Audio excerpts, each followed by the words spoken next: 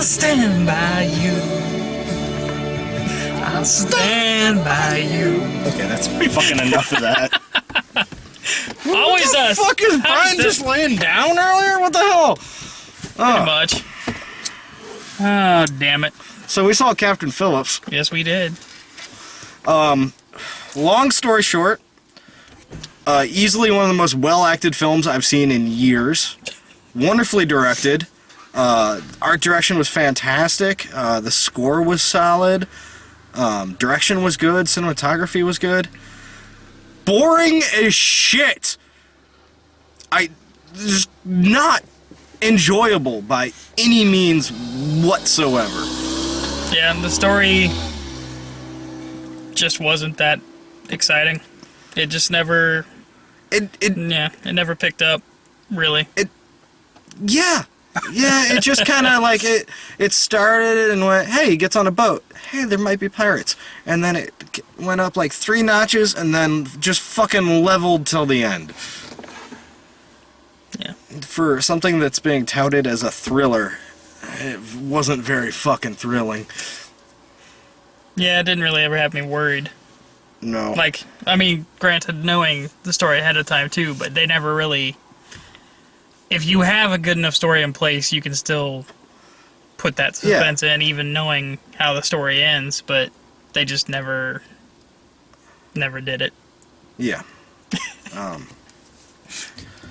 So, you know, I guess everybody gets the basic idea of the story, but the idea is that Tom Hanks is a shipping boat captain, and they're going around the Horn of Africa. And, He works for Bubblegum Shrimp. Yes, he does. Yes. I'm a shrimp boat captain. And his character in this is more retarded than Forrest Gump. Well, the actions that cause it, yeah. Even beyond that, just just his behavior throughout 90% of it is just. So they're going around the Horn of Africa, and pirates show up. Primarily because instead of taking his boat through the customary shipping lanes, where there's lots of other boats and a relative amount of safety, he decides to cut it in 400 miles closer to the coast of Somalia, where he had already gotten emails from his employers that there was warnings of piracy. So basically, it's his fucking fault. Yeah. All in all. Yep. You were warned, you know. And so you get to the point in the movie where the pirates are looking at the radar, and they're seeing this big grouping of these ships. Like, oh no, we're not going after a herd. And then, oh, way over here, there happens to be this one little blip, like, oh, there's our one. And it happens to be Captain Phillips' ship, the Maersk, Alabama. Yeah.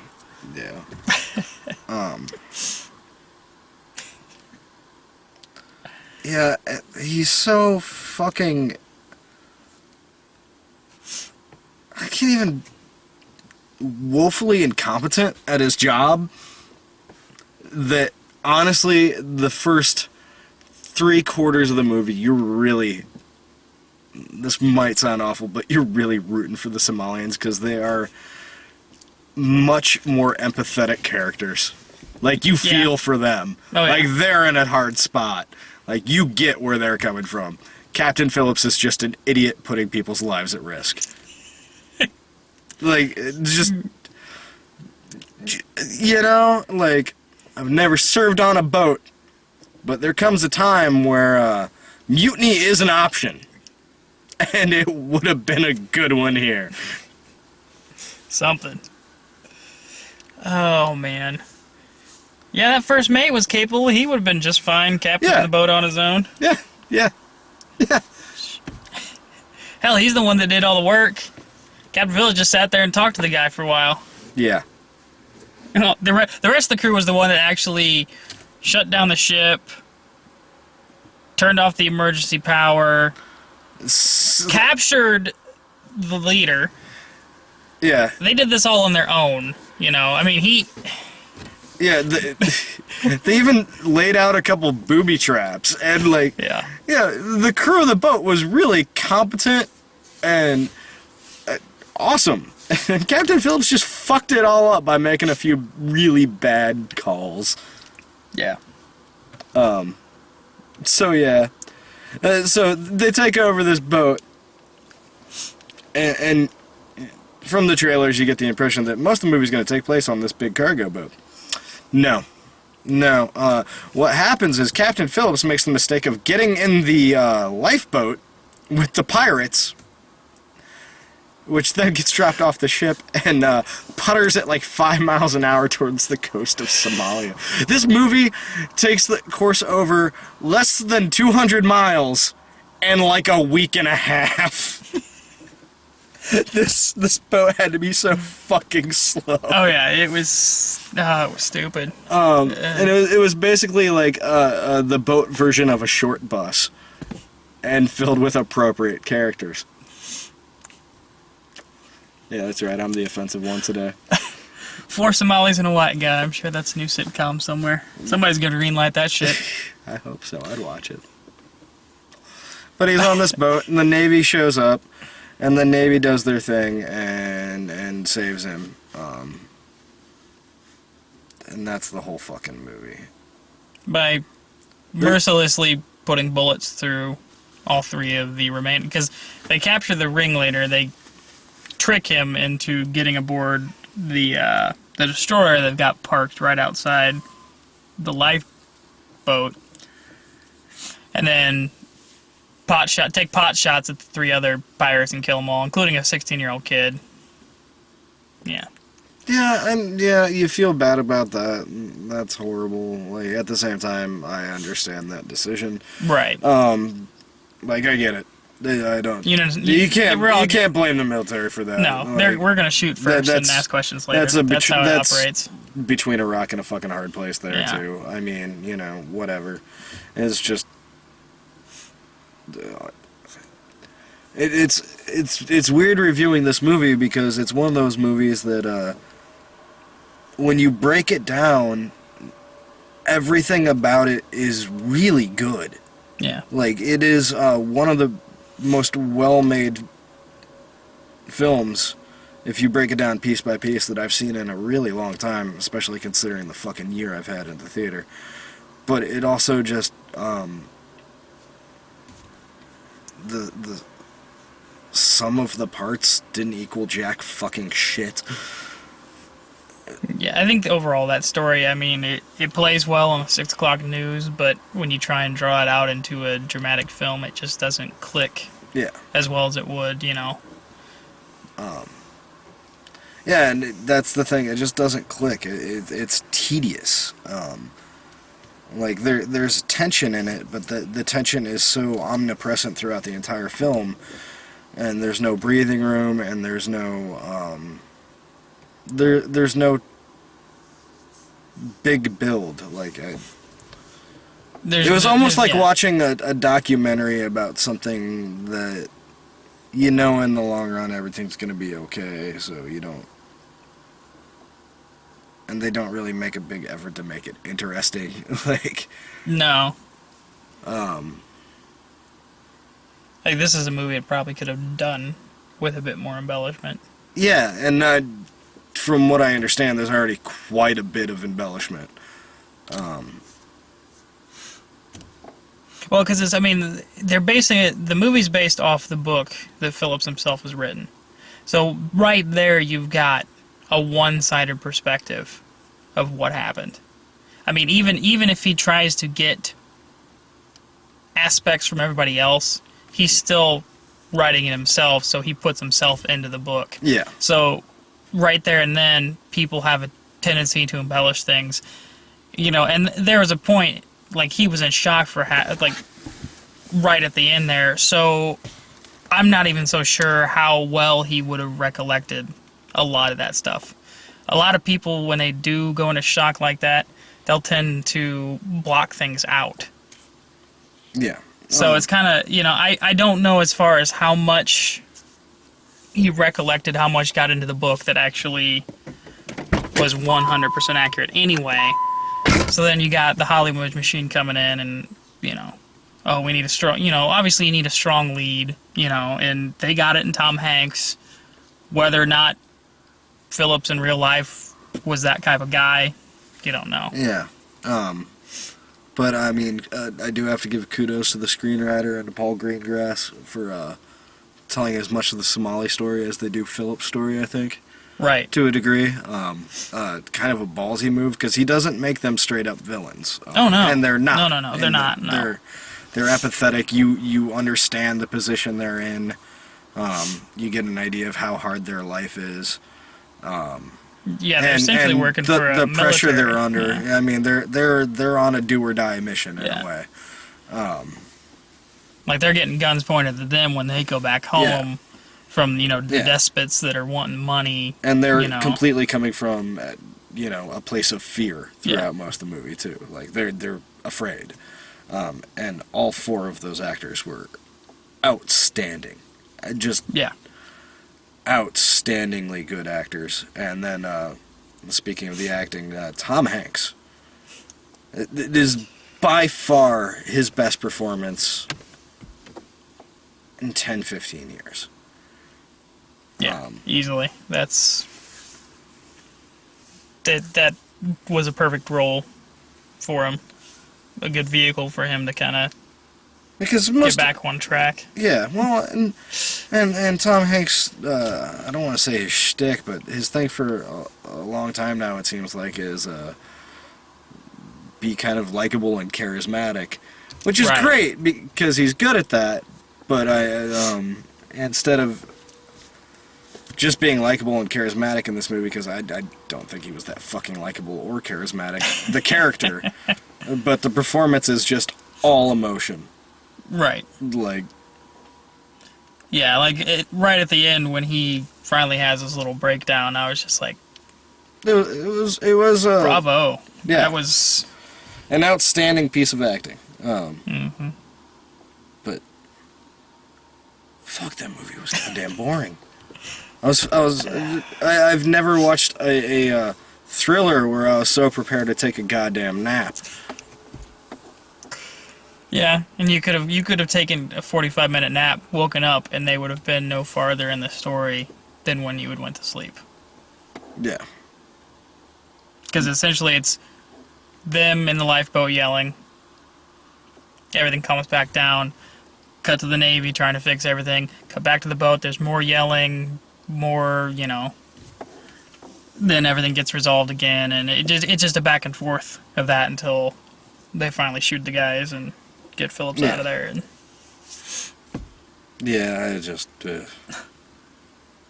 Yeah, they didn't need to make. The movie didn't need to be that long. It really didn't. I mean, I guess it's nice to set up that he has a wife and kids and stuff, but even that. I mean, it was okay, but that little bit of setup gave Hanks an emotional base to work with, I think. But I don't necessarily think those scenes needed to stay in the movie. Right. Because they don't show his family or anything. And it's not like a fucking Apollo 13 where it's cutting back to his family all the time, because it doesn't cut back to his family at all. Like, after the first 3 minutes of the movie, like, his family's not really mentioned again until close to the end, when he thinks he's gonna die. Right.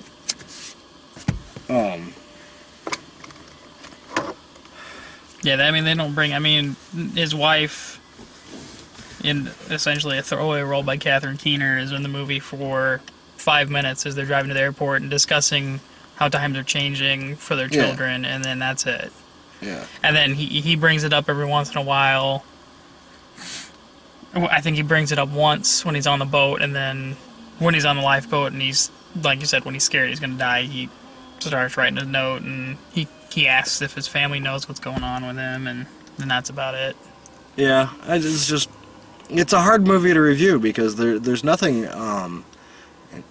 there's nothing intrinsically wrong with anything about it except for it just didn't work. Because I could sit here and praise things more than I can complain about them. Right. Oh, yeah. I mean, But it's not an enjoyable watch. It's a great piece of filmmaking, but it's not necessarily a good movie. So it's hard to bitch about it too much, and it's also hard to, praise it, because overall I did not like it. Yeah. Well, I think a documentary type movie probably would have done the story more justice, and probably would have been more interesting, because you could have added those other perspectives of the other people, the crewmen that were actually aboard the boat, as opposed to, I mean, this was pretty much one-sided, mostly from Phillips' viewpoint. There wasn't a whole lot of switching back and forth until you got to the Navy coming in. I mean, I think you had one scene where, when they capture him, there's an extended scene where it's not from Phillips' viewpoint. But for the most part, this movie focuses on Phillips and his actions and reactions during this crisis. Yeah. And most of his reactions are dumber than shit. It's like, stalling for time's one thing. But even with the language barrier, they got a gun pointed to your head. Don't act like a fucking idiot. Right. Yeah, it was... I don't know. Yeah. That's...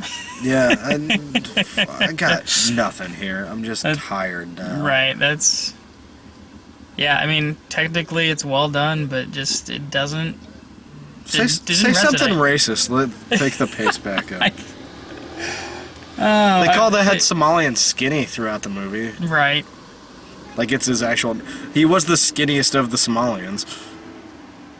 He was the Starvin' Marvin of the Somalians, that is for sure. There we go. But he didn't click-cloak. They actually used a real language. Yes. That'd have made the movie more interesting. That would have made the movie, like, simultaneously boring and horrible. Like, seriously, man. I don't know. Imagine sitting through 2 hours of that. Yeah. Oh, God, no. No. No. No. No, I wouldn't have done man. it either, man. That's terrible. Oh, damn it. They don't have very good dental practices in Somalia, I know that much. Those teeth were horrid to look at. You really think that that's their, like, let's brush every fucking day? I'm just trying to point out shit, that's all. It was visually jarring to me. We need to watch some more BBC, man. No, I don't. The BBC I watch, they all have perfect teeth. That's another movie, Captain Cavity. God damn it, It's Brad. Professor Toothy. He's just fucking hiding back there. He throws out a one-liner like 20 minutes into the fucking review. I'm just watching, you son of a bitch. He's just back there mentally masturbating at her pain. Fucking asshole. Damn it.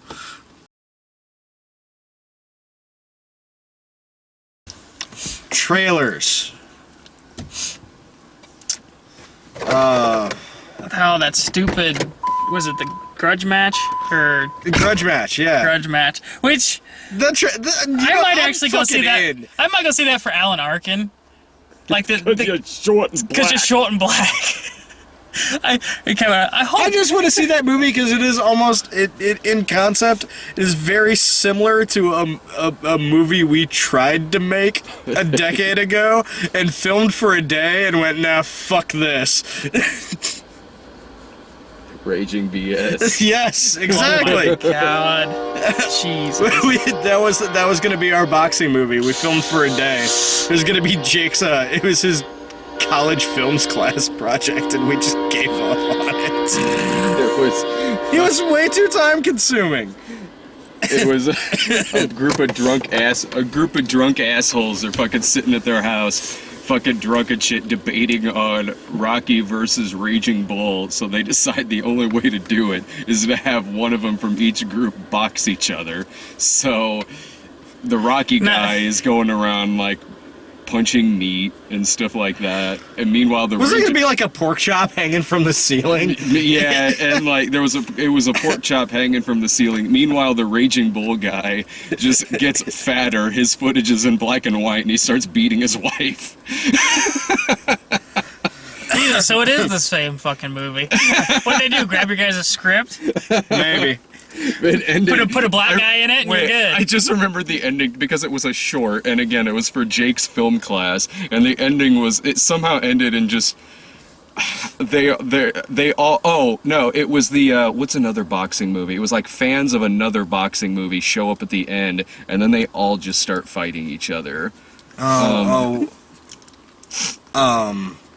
Fuck, what was the third boxing movie? I can't remember what the third boxing movie was, but they show up at the end, and so it's like all these groups start fighting each other. They run down the street. Like, my character gets trampled over, and in the script it just simply says he might be dead. And then it just pans up and pans back down to Ryan sitting at his desk saying, and the moral is, and he starts reading from Isaiah. Like this, some chapter that had nothing to do with anything. Oh, Jesus Christ. In retrospect, it's a good thing we didn't finish that movie. So we had Grudge Match. Yeah, it looks stupid and fun. And then we got a new trailer for The Monument Men. Yeah. Which, every trailer I've seen for that movie so far, it was selling it as a comedy. This new trailer was selling it as a straight-up drama. Like, straight-up drama. Yeah. Which, fuck it, either way, I'm still sold. It's fun. I you know. And then The Book Thief, which... Fuck that movie. Oh, god damn it. You need one of those tearjerker things around this time of the year. Jerker is fucking right. Like, Jesus Christ. Fucking... It's just... Can that genre be done? Like, What, the Nazi genre? the hiding... I like the Nazi genre. I know you do. Fucking...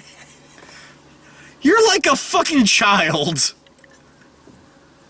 What? It's a very well-dressed genre. I was sad that Schindler was so successful. I mean, come on now. We'll give him a break. At least he still considers the movie sad. Just for horrible reasons.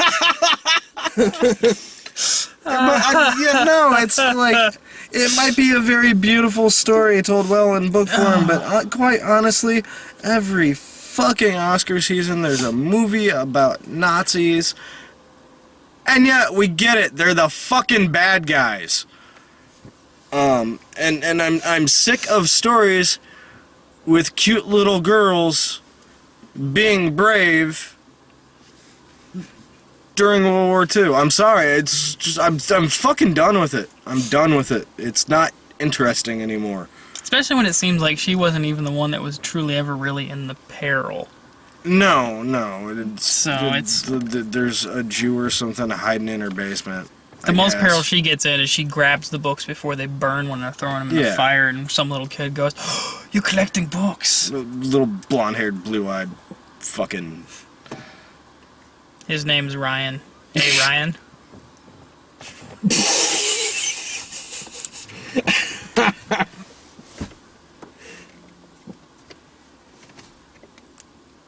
If you were a woman, I'd kiss you right now.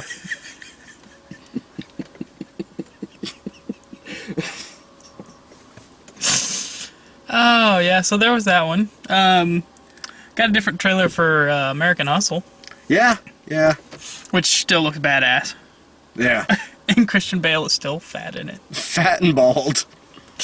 But that man's gonna die young, but he's gonna die as one of the greatest actors of all time. And we also got the Out of the Furnace. A longer trailer for that. Yeah, that one actually That movie looks depressing, but it also looks like it's going to be really good, probably. Yeah, I mean, another Christian Bale movie where he gets all haggard and plays a normal guy. Yeah, you know, besides The Book Thief, I think all the trailers that we had today had in common the fact that they all had really good casts. Yeah. Yeah, Really was good really casts.